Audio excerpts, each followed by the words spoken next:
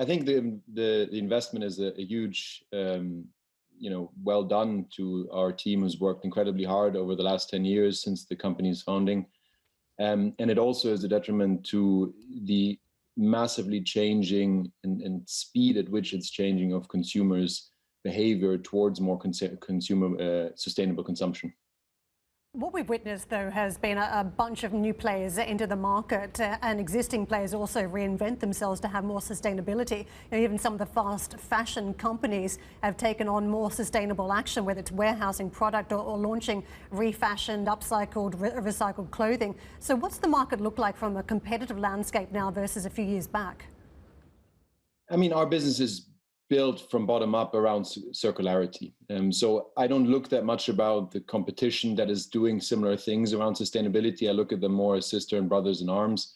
In the end, I think we're all trying to work towards the same good of changing slowly consumer behavior, because that is a vital step we all need to take in the next decades to come. Maximilian, tell me about the target market. And I look at my daughters and my son as well, and I just wonder whether this generation takes seriously its green credentials. I hear that they want less fast fashion. I hear that they're more environmentally conscious, but all I do is see them buying a lot of goods at very cheap prices on online fashion sites. Am I wrong to be sceptical of that generation? I think you are wrong, actually. If you look at the consumer's behavior, so many of these young consumers, yes, they're buying more, but they also have completely changed their mindset around ownership in general. And secondhand sites like us provide them access to the same goods cheaper, but by buying on our platforms, they extend the life cycles of these products. And on the seller side, we give people and educate people the opportunity to look at their products and their wardrobes not as consumables, but as assets. And platforms like ours connecting buyers and sellers extend the life cycle. So the consumer does not actually have to make a choice whether they need to consume or not consume, but by consuming secondhand, they, by definition, act more sustainable. Maximilian, can I ask you, what impact have you seen both on supply and customer numbers as a result of the pandemic? I mean, overall, our business has obviously thrived in the zeitgeist of today that I just talked about. And COVID has accelerated. On the one side, the health crisis has forced people to be more at home. And by spending more time at home, they've had, become more conscious of what's in their home, including in their wardrobe.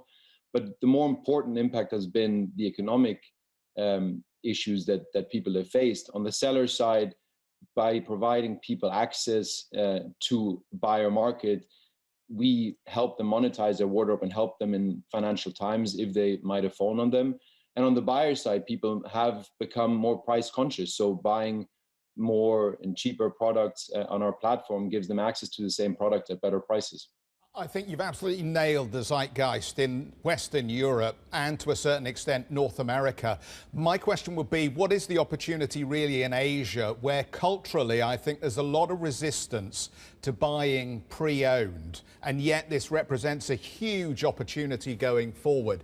How do you get to where you are in Europe in places like China, Hong Kong, Taiwan, South Korea? I mean, we're currently present in Hong Kong and Singapore and also Australia. And overall, the Asian market is actually our biggest and fastest growing market, not our biggest, sorry, our fastest growing market, growing at over 250% on the seller side. We see it obviously as the biggest opportunity out there, given that Asian consumers are now buying close to 50% of all luxury spending.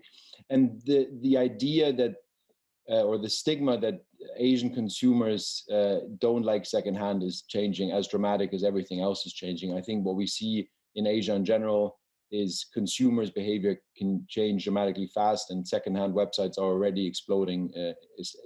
Definitely in China. In markets like Japan, secondhand has been a part of life for a long time.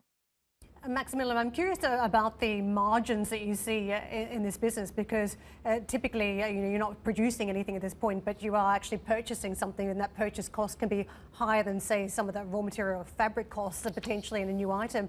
So what do you see in the margins versus a traditional fashion business? We're a platform business, so we don't buy and sell. We're a marketplace. And we charge over 20% commission for the transactions happening on our platform. The average order value on our platform is just under 300 euros. So our order economics are very healthy. One of the other big factors we've seen with many of the online sites has been concerns around fake goods. How do you ensure the authenticity of the product? A core pillar of our business has really been around trust. For products at higher price points, or all products, if the buyer chooses to do so, the product can get authenticated. So the product gets shipped from the seller to one of our 3 global authentication hubs in New York, outside of Paris, or in Hong Kong, where our team of close to 100 authentication and quality control experts test the products for their authenticity.